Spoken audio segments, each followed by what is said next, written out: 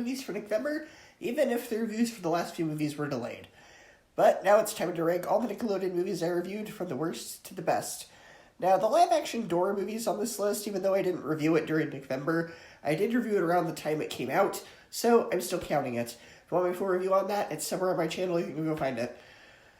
Coming in last place at number 30 is Harriet the Spy, a movie with a main character who is narcissistic and sociopathic, doesn't get any consequences for her actions, and learns nothing.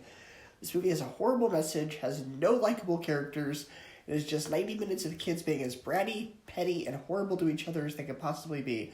I don't know who thought this was a good idea for a kids movie. It's chock full of horrible lessons. Number 29, Monster Trucks, an incredibly boring, dull, and lazy film that is woefully miscast and does the same thing as several other movies with that same general premise, but without anything that makes it memorable or timeless. It's basically E.T. for stupid people. The idea for the movie was from a 6-year-old, and this movie is an example of why parents should sometimes say no to their kids and not give them everything they want. Number 28, The Last Airbender, an absolute slap in the face to fans of one of the greatest cartoons of all time. Not only does it not work as an adaptation of a cartoon, it also doesn't work as its own film. The film feels like director M. Night Shyamalan read a Wikipedia summary of the first season, drew an outline, trimmed the outline in half, then started rolling the cameras. None of the actors put any emotion into their performances. Almost all of the names are painfully mispronounced. And important world building, none of the characters feel true to the source material. The character development is rushed or completely skipped over. The film has great fight choreography and cinematography, but a horrible script. What was that? Number 27, Imagine That. A movie I have absolutely no idea who the audience for it is, because kids will find the majority of the plot, which deals with business and stock investments, dry and boring, and adults will be annoyed by the juvenile humor and annoying over-the-top performances. The movie doesn't even bother explaining its main idea about how the little girl has imaginary friends that somehow know a lot about the stock market. It's got all the early 2000s workaholic dad cliches, and the premise is just a more boring and confusing version of a much better Adam Sandler movie bedtime stories. Number 26, Barnyard. A movie with incredibly stupid, unfunny jokes, a plot that's just a dumber version of Lion King mixed with Toy Story, mediocre animation even for 2006, and nothing about it that's particularly moving. It's also very uncomfortable that the boy cows for some reason have udders. Okay, what? It's probably not as painful as it could be, it's just lazy. It's not an utter disaster, but I still have beef with it. Number 25, Snow Day. A movie that, given that it stars Chevy Chase, really should be a lot funnier, but just ends up being passable. While the characters aren't horrible, none of them are particularly memorable either. I'm neither here nor there in this movie, honestly. It's just a harmless kids movie, but that's really all I have to say about it. Number 24, Hey Arnold the Movie. A movie that had no justification for going to theaters, and honestly probably would have worked better as a TV special. The movie just assumes the audience has already watched the show and doesn't take the time to establish any exposition. It just immediately starts with the conflict. It also feels very small scale and nothing about it is particularly cinematic.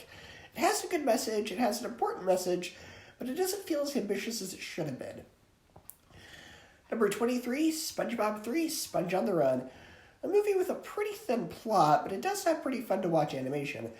There are some amusing cameos from Keanu Reeves and Snoop Dogg, but the film just feels pretty much the same as the first one, and most of the third act is basically the pilot episode for the spin-off show Camp Coral, which not only ignores the continuity of the main show, Nickelodeon also waited until creator Steven Hillenburg died to put it into production because he refused to let them otherwise.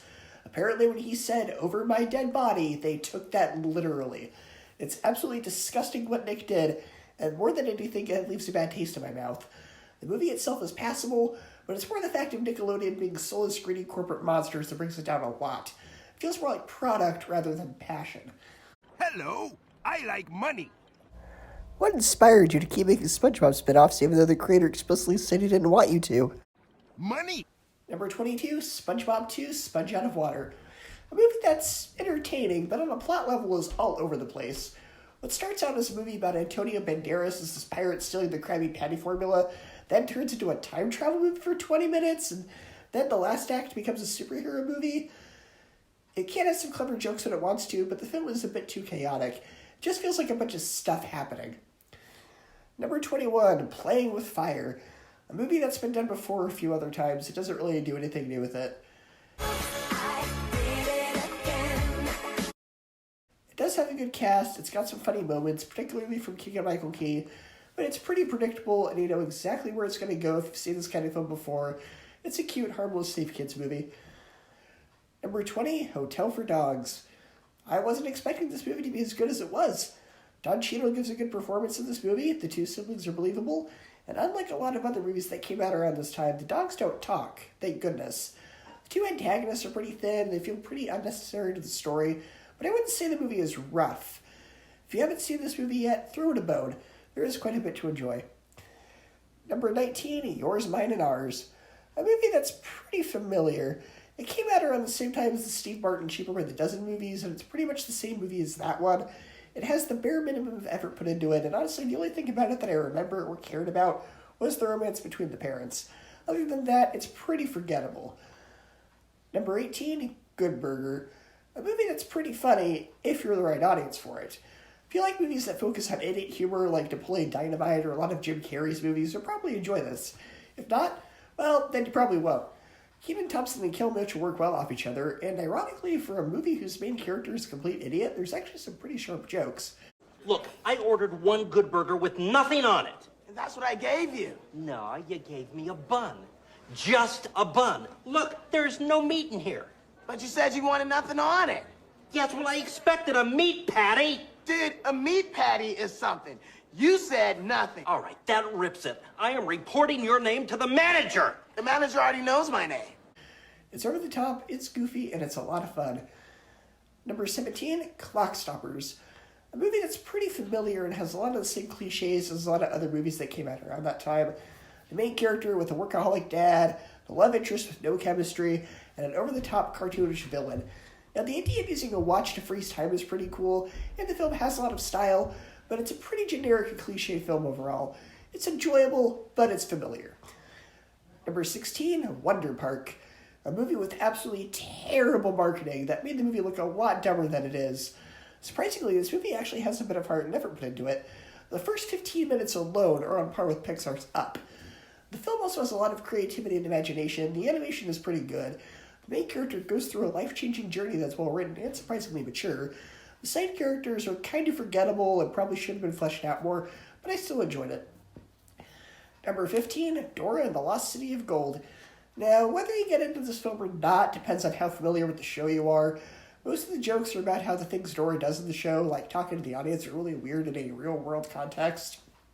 And the plot is basically almost beat-for-beat Spy Kids, but it's still a fun adventure with some entertaining jokes. Number 14, The Rugrats Movie. A movie that takes a show that was relatively small scale and gives it a story that's cinematic. There is a bit of familiarity with the sibling rivalry between Tommy and Dil being basically Woody and Buzz from Toy Story, but there's still a lot of adventure to be found. The movie also plays with the fears of the adults when they realize the babies have gone missing. There's some intensities as the babies are in real danger as opposed to just their imagination like in the show. And the film has some really clever jokes. Now, Angelica isn't really given much to do. The way they write her in this movie is kind of contrived. I guess they thought they had to include her because she's the main character of the show, but really, she's pretty inconsequential to the plot overall. This is a great family movie with something for everyone. Number 13, Lemony Snicket's A Series of Unfortunate Events. How appropriate that it's number 13. I swear, that was not pre-planned or manipulated at all. That is just a happy little coincidence. Jim Carrey's performance in this is kind of mixed, though. Sometimes he can be scary, but other times he comes off as goofy and kind of loses his credibility as a villain. The three kid actors work well with each other and genuinely feel like siblings. The other stars like Meryl Streep and Billy Connolly give heartfelt performances, and the gothic aesthetic of the film fits the tone perfectly. It does feel a bit empty towards the end because there's a plot line about a spyglass, but it's never resolved because they were planning on continuing this as a series of films, but for one reason or another that never happened, and instead we got the Netflix show. Overall, it's a pretty good movie. It just suffers from wanting to be a franchise, and a Jim Carrey who gives a mixed performance. Number 12, Teenage Mutant Ninja Turtles from 2014.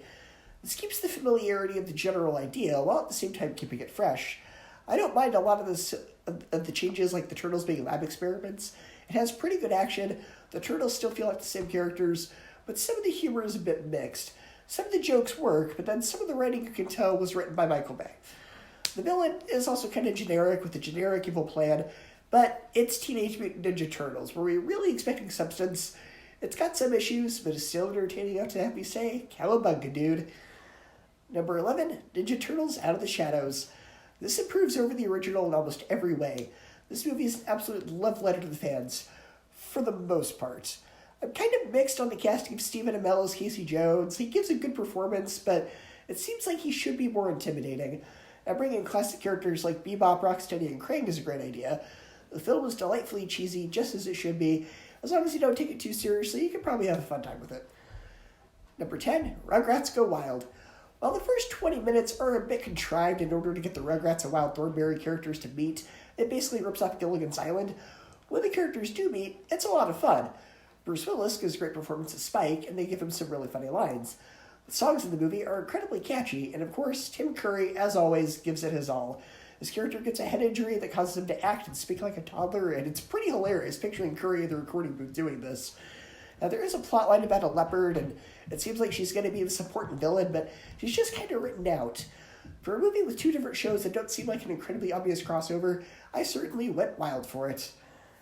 Number 9, The Wild Thornberrys movie. A movie that really takes advantage of the fact that it's a theatrically released film. Everything about this movie feels big.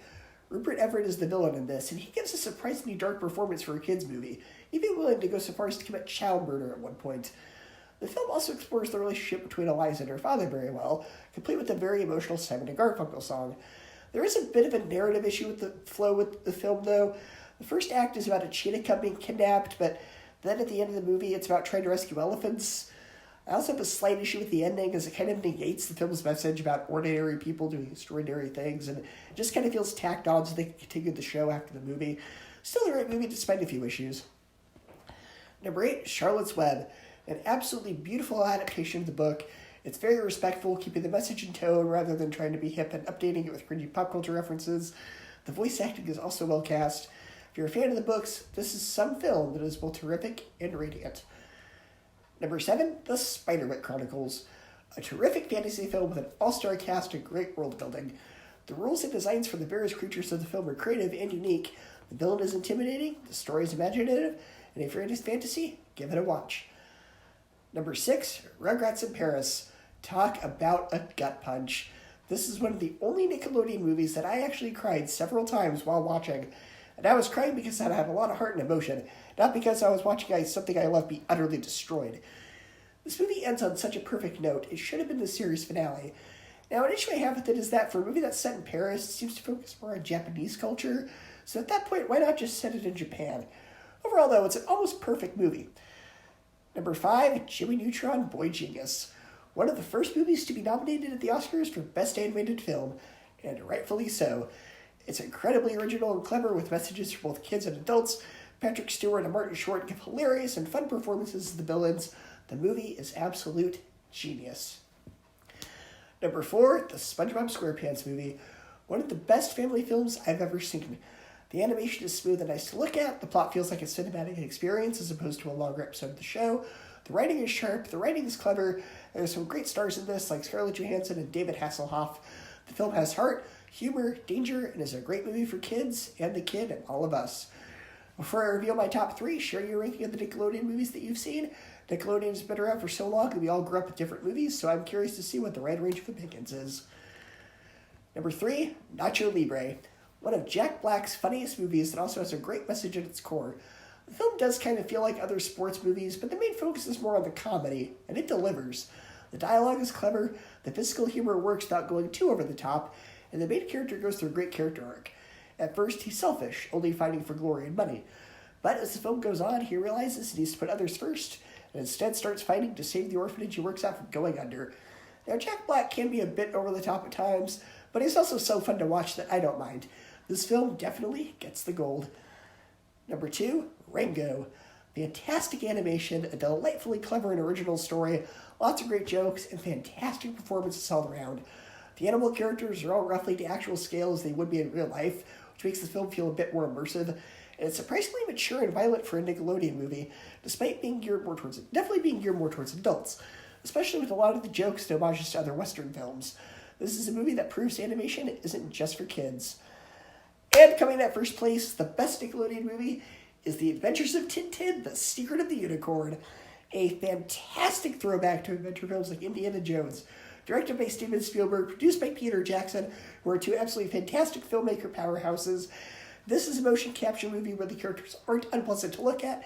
The film has fantastic performances, has a compelling, exciting story, engaging action. If you're a fan of Indiana Jones, you should definitely watch this. They've had a sequel in development for years now, but who knows when it's coming out, but I really hope the sequel ends up coming out soon. This is my favorite Nickelodeon movie. It's one of my favorite animated movies. It's absolutely fantastic, and it comes in a rightfully deserved number 1. It's going to share a ranking of the Nickelodeon movies you've seen, and I will see you next time.